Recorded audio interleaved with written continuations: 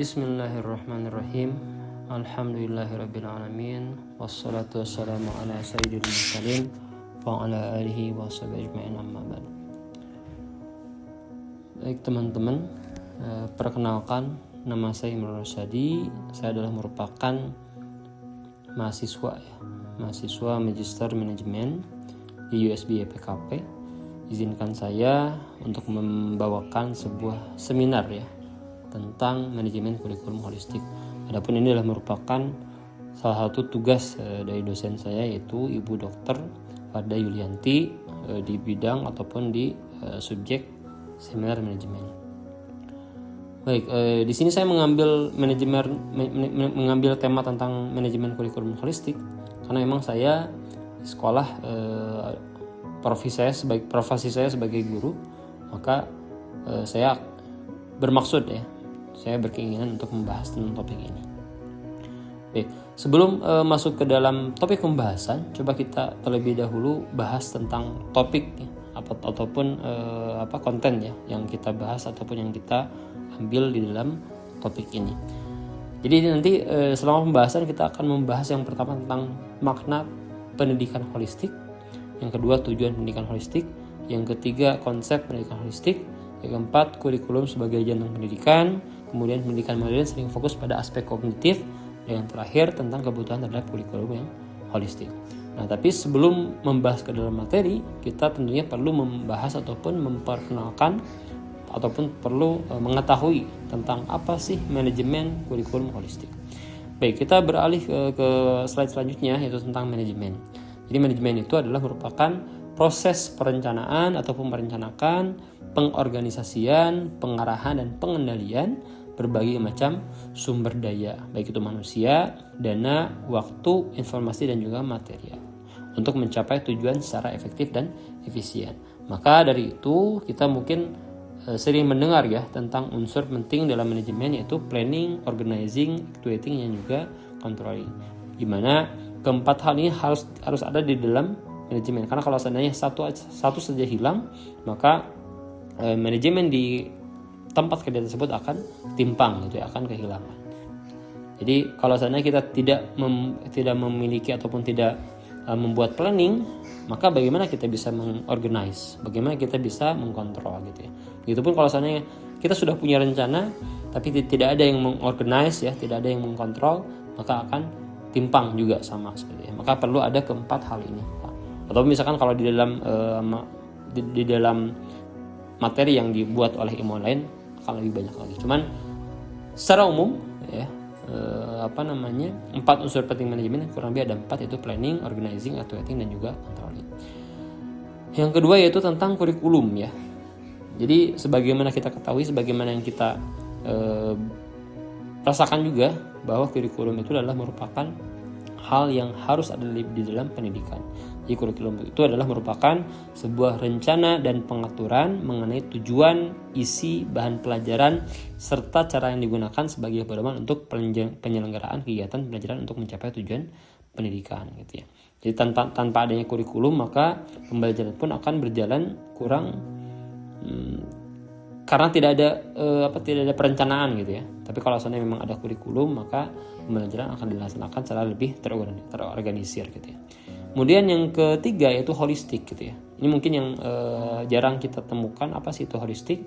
Jadi holistik itu kalau misalkan kita bahas secara lebih simple, itu adalah menyeluruh menyeluruh Ataupun kalau kita bahas secara istilah, yaitu adalah suatu pendekatan yang melihat sesuatu secara utuh, menyeluruh, dan saling terkait Kemudian dalam pendekatan holistik, setiap aspek itu penting dan saling mempengaruhi. Maka berbagai macam hal itu sangat terkait di dalam hal holistik. Ada aspek fisik, mental, emosional, sosial, dan spiritual. Maka semuanya ini harus disatu padukan untuk mencapai pembelajaran yang sempurna ataupun yang kita harapkan. Baik, lanjut kepada pendidikan yang holistik.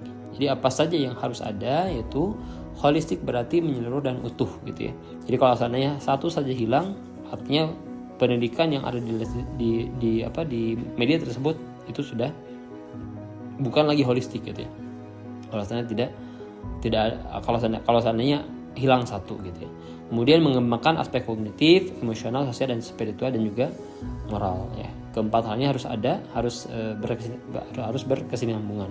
Kemudian memandang peserta didik sebagai makhluk yang utuh, karena kita bukan seseorang yang mengajar, mohon maaf, binatang misalkan. Kita bukan mengajar benda, tapi justru kita adalah merupakan seorang pengajar, seorang pendidik yang mengajar makhluk paling sempurna, yaitu manusia gitu ya. Kemudian kurikulum ya. Kurikulum adalah merupakan jantung pendidikan gitu ya. Tanpa kurikulum maka pendidikan tidak akan bisa berjalan sebagaimana yang saat ini kita rasakan. Tapi dengan adanya kurikulum, maka pendidikan pun akan dilaksanakan secara berkesinambungan. Jadi ketika seorang sudah mempelajari satu hal, maka dia tahu apa yang akan dia pelajari di level selanjutnya. Maka kurikulum itu membuat pembelajaran secara per level, sehingga setiap orang itu bisa memahami dari berbagai macam level. Ketika seorang sudah mempelajari level pertama, maka selanjutnya dia akan mempelajari level kedua, level ketiga, keempat, kelima. Jadi nggak bisa seorang langsung mempelajari langsung level kelima atau ke-10 misalkan. Karena memang kalau seandainya satu level saja hilang, maka dia tidak akan bisa memahami level selanjutnya. Kemudian yang kedua, kognitif ya, sering fokus pendidikan sekarang ini lebih fokus pada aspek kognitif gitu ya. Jadi hanya fokus ke dalam aspek pengetahuan saja tanpa memperhatikan yang namanya sikap, karakter, dan lain sebagainya. Maka kognitif pun perlu diperhatikan ataupun perlu dibentuk. Kemudian diperlukan pendekatan ilmu, aman, dan akhlak gitu ya. Jadi seorang yang berilmu tanpa berakhlak maka akan rusak. Tapi ketika seorang berilmu tapi dia tidak beriman, maka pun tidak sempurna. Maka perlu keseimbangan ataupun perlu kesemuanya ini bersatu padu sehingga melahirkan suatu hal yang sempurna, yang holistik tadi ya. Nah, kemudian tujuan pendidikan yang holistik. Nah, siswa itu tidak hanya pintar tapi juga memiliki karakter dan memiliki pemahaman yang baik tentang ketuhanan. Ya, artinya bahwa karena memang kita tahu ya di negara kita adalah negara yang yang beraneka ragam gitu ya, dari sisi budaya maupun agama gitu. Ada misalkan siswa kita yang beragama Islam, ada yang beragama Kristen, ada yang Hindu dan Buddha dan sebagainya. Maka kita pun perlu mendidik mereka tidak hanya dari satu sisi, tidak hanya dari pengetahuan saja, tapi dari ketuhanan pun perlu dibentuk. Yang kedua, membangun manusia yang bermakna, bertanggung jawab, dan memiliki kebermanfaatan bagi sesama lainnya gitu ya. Kemudian masalah pendidikan modern, yang pertama tentang kognitif. Pendidikan modern terkadang lebih memperhatikan ataupun lebih fokus kepada aspek kognitif, pada aspek pengetahuan gitu ya, tanpa memperhatikan yang namanya karakter. Yang kedua, kurangnya pembinaan iman dan akhlak gitu ya. Karena memang kita pun tahu ya bahwa manusia itu tidak hanya butuh di bidang pengetahuan saja, tapi dia pun perlu pembinaan yang namanya pembinaan karakter. Karena karakter ini adalah merupakan salah satu kunci utama seseorang menjadi siswa yang bagus gitu, yang baik gitu ya. Kemudian generasi saat ini sering muncul yang namanya degradasi moral gitu ya. Yang mana mungkin kita pun sudah sering melihat pemberitaan gitu ya. Ada siswa yang tawuran lah, ada siswa yang merokok dan lain sebagainya. Maka kenapa harus bisa terjadi? Karena memang saat ini kan yang namanya media massa itu dimanfaatkan dengan seenaknya oleh berbagai macam pihak. Seseorang misalkan merokok di video, seseorang melakukan berbagai macam hal yang negatif dan langsung di video, sehingga pada akhirnya sikap-sikap ataupun sifat-sifat perilaku yang buruk pun merajalela di dunia maya gitu ya. Dan kita pun tidak bisa membendung gitu ya, karena memang luasnya dunia maya dan kita tidak bisa membatasi dunia maya untuk anak-anak, untuk generasi selanjutnya. Kemudian pendidikan holistik menurut ahli gitu ya. Di sini saya mengambil salah satu ide yang diambil dari Tilaar gitu ya, bahwa pendidikan mengembangkan jasmani, akal, hati, dan nurani. peserta didik adalah makhluk rasional, spiritual, dan sosial. Maka pendidikan itu adalah pengajaran ya untuk jasmani, akal, hati, dan rohani. Maka kalau seandainya satu saja tidak diperhatikan, satu saja dihilangkan, maka tidak akan ada yang namanya holistik tadi, tidak bisa menyeluruh gitu ya. Kemudian peserta didik pun adalah makhluk rasional, sosial, spiritual gitu ya. Maka perlu diseimbangkan, perlu disempurnakan dengan pendidikan yang holistik. Kemudian integrasi ilmu, iman, dan akhlak. Jadi yang pertama yaitu pengajaran ilmu. Kalau misalkan di sekolah pasti mengajarkan ilmu gitu ya.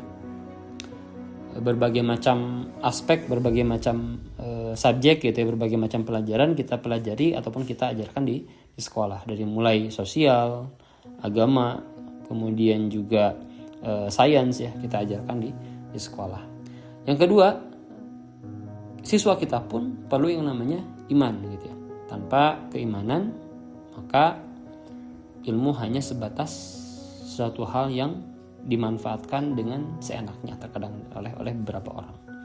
Yang ketiga, maka dari ilmu dan iman akan timbul yang namanya akhlak gitu ya. Kalau sebenarnya ilmu sudah ada, iman dimunculkan, maka akan melahirkan akhlak yang baik. Selanjutnya, pendidikan holistik gitu ya. Ada 3 prinsip pendidikan holistik. Yang pertama yaitu integratif, nilai moral dan spiritual dalam setiap pelajaran. Artinya bahwa setiap mata pelajaran itu mau gak mau harus mengajarkan berbagai macam sisi. Jadi guru sains tidak hanya sekedar mengajarkan sains, tapi pun harus mengajarkan tentang karakter. Guru agama tidak hanya mengajarkan agama, tapi juga mengajarkan tentang karakter. Guru sosial tidak hanya mengajarkan sosial, aspek sosial, tapi harus juga mengajarkan tentang karakter. Kedua, terhubungnya dengan realitas kehidupan siswa. Artinya bahwa pembelajaran yang diajarkan itu tidak hanya sekedar teoritis gitu ya, tapi juga harus bisa direalisasikan dalam kehidupan sehari-hari. Yang ketiga itu kolaboratif, melibatkan guru, orang tua, dan masyarakat. Artinya bahwa kalau saatnya pendidikan hanya dilakukan di sekolah saja tanpa dilakukan juga di rumah dan di masyarakat, maka akan hilang. Jadi siswa kita itu hanya belajar di sekolah saja. Ketika sampai di rumah, ketika sampai di masyarakat, dia malah kehilangan eksistensi sebagai siswa gitu ya. Jadi supaya kesemuanya ini berjalan secara berkesinambungan, tidak hanya di satu aspek, tapi juga di aspek yang lainnya. Kemudian, ini mungkin coba saya jelaskan tentang school management gitu ya. Yang pertama ada foundation representative. Nah, ini adalah merupakan pimpinan, kalau saya katakan pimpinan teratas gitu ya. Jadi beliau ini adalah merupakan pimpinan paling tinggi dan beliau memiliki kegiatan ataupun program yang membawa program sekolah dan didistribusikan secara nasional. Yang kedua, school principal, yaitu kepala sekolah gitu ya, yang akan menjalankan dan memimpin berbagai macam program yang dilaksanakan di sekolah. Adapun kepala sekolah itu membawahi 2 bagian. Itu yang pertama guidance coordinator, yang kedua ada academic coordinator. Adapun academic coordinator itu membawahi kurang lebih beberapa aspek ataupun beberapa bagian. Yang pertama homeroom teacher gitu ya, yaitu membimbing ataupun mengarahkan wali kelas. Kemudian guidance orientation program, ada juga yang namanya program orientasi untuk guidance. Kemudian OSIS, student council coordinator, kemudian school culture, alumni, akses itu adalah sebuah organisasi untuk alumni gitu ya, untuk orang tua juga. Kemudian parents ya, yaitu membimbing ataupun mengarahkan orang tua. Kemudian charity program, kemudian academic of young leaders, dan juga dormitory, mengarahkan ataupun membimbing bagian ke asramaan. Kemudian academic coordinator itu memimpin yang pertama head of department gitu ya. Jadi kalau di sekolah kita ada beberapa departemen, ada departemen agama, departemen sosial, departemen sains, dan lain sebagainya. Kemudian competition coordinator pun membawahi yang namanya koordinator competition, project coordinator, international competition ya, Cambridge curriculum, extracurricular, development of teaching proficiency. Ini adalah merupakan sebuah program ya yang dilaksanakan per semester. Di awal semester biasa kita laksanakan, kemudian IELTS preparation dan juga SAT preparation. Nah, maka di dalam hal ini perlu adanya koordinasi gitu ya. Yang pertama misalkan untuk guidance coordinator pun perlu berkoordinasi dengan bagian akademik. Begitupun dengan academic coordinator perlu berkoordinasi dengan bagian guidance untuk melahirkan atau untuk melahirkan pendidikan yang memang lebih holistik seperti itu. Nah, kemudian ada yang namanya tantangan implementasi. Gitu. Jadi memang hal ini bukanlah hal yang mudah. Pasti semuanya ada tantangan juga gitu ya. Yang pertama misalkan untuk pemahaman gitu. Jadi karena memang beberapa guru kita juga adalah merupakan guru baru, pun misalkan guru yang lama belum mendapatkan pemahaman yang cukup gitu ya. Maka dengan dengan kurangnya pemahaman ini, kita pun mencoba untuk membekali guru-guru kita dengan pemahaman yang baik tentang guidance maupun tentang akademik gitu. Maka nanti akan kita coba bahas mengenai program ini. Yang kedua tentang resistensi terhadap perubahan. Karena memang kita sebagai manusia gitu ya, punya banyak program, punya banyak masalah, punya banyak kegiatan. Maka dengan adanya program tersebut bisa terkoordinir dengan adanya waktu yang disesuaikan. Kemudian evaluasi nasional yang fokus terhadap akademik. Tidak hanya fokus terhadap akademik tapi juga tentang guidance. Nah, solusi implementasi yang seperti yang tadi dijelaskan ya, ada development of teaching proficiency. Kalau ini lebih banyak mempersiapkan ataupun memberikan pelatihan bagi guru-guru untuk mengembangkan potensi di bidang akademik ataupun pengajaran gitu. Jadi guru-guru kita tidak hanya sekedar dipersiapkan untuk mengajar, tapi guru-guru kita pun diberikan pelatihan gitu untuk menambah skill dalam melaksanakan pembelajaran. Kemudian ada guidance orientation program, sama ini pun menjadi salah satu program kita untuk memberikan orientasi gitu ya bagi pembimbingan untuk siswa dan juga untuk guru yang lainnya. Maka kedua program ini adalah merupakan program yang biasa kita laksanakan untuk memberikan pemahaman bagi guru-guru kita. Karena memang banyak karena memang kita seringnya ya setiap tahun biasanya akan ada guru yang baru gitu. Maka kalau misalnya kita tidak membekali guru mereka dengan pemahaman tentang guidance maupun dari sisi akademik, maka mereka pun ketika mengajar akan kebingungan. Tapi dengan adanya program ini, padanya mereka pun bisa mengembangkan potensi mereka dalam melakukan pengajaran. Nah, kemudian untuk kesimpulan gitu ya. Jadi perlu adanya integrasi dari sisi ilmu, iman dan akhlak. Tanpa ilmu manusia akan tidak berakhlak. Tanpa akhlak manusia tidak berilmu. Kemudian holistik ya. Harus adanya keseluruhan, harus ada pengajaran secara menyeluruh. Jadi tidak hanya diperhatikan dari sisi akademik, tapi akhlak pun perlu menjadi fokus perhatian. Kemudian yang ketiga mengenai sinergi ya. Jadi perlu adanya kesatuan antara orang tua siswa, kemudian siswa, guru dan masyarakat. Kalau seandainya satu saja tidak diperhatikan ataupun tidak dibentuk ya, ataupun tidak di update ya mengenai programnya, mengenai perkembangan siswa, maka akan timpang gitu. Guru misalkan di sekolah memberikan pembimbingan oke, tapi ketika misalkan bersama orang tua tidak memberikan bimbingan yang sama, maka pendidikan terhadap siswa akan gagal. Kemudian yang terakhir yaitu tentang keseimbangan gitu ya. Pendidikan akan sempurna dengan keseimbangan. Tanpa adanya keseimbangan tersebut, tanpa adanya integrasi, holistik dan sinergi, maka pendidikan akan menjadi timpang. Sebagaimana yang dinyatakan oleh Albert Einstein ya, bahwa science without religion is lame, religion without science is blind gitu ya. Science pengetahuan tanpa agama itu pincang, agama tanpa pengetahuan itu buta. Maka perlu adanya sinergi antara pengetahuan dan juga agama. Itu mungkin yang ingin saya sampaikan. Kurang lebihnya mohon maaf. Terima kasih atas perhatiannya. Wabillahi taufiq wal hidayah. Wassalamualaikum warahmatullahi wabarakatuh.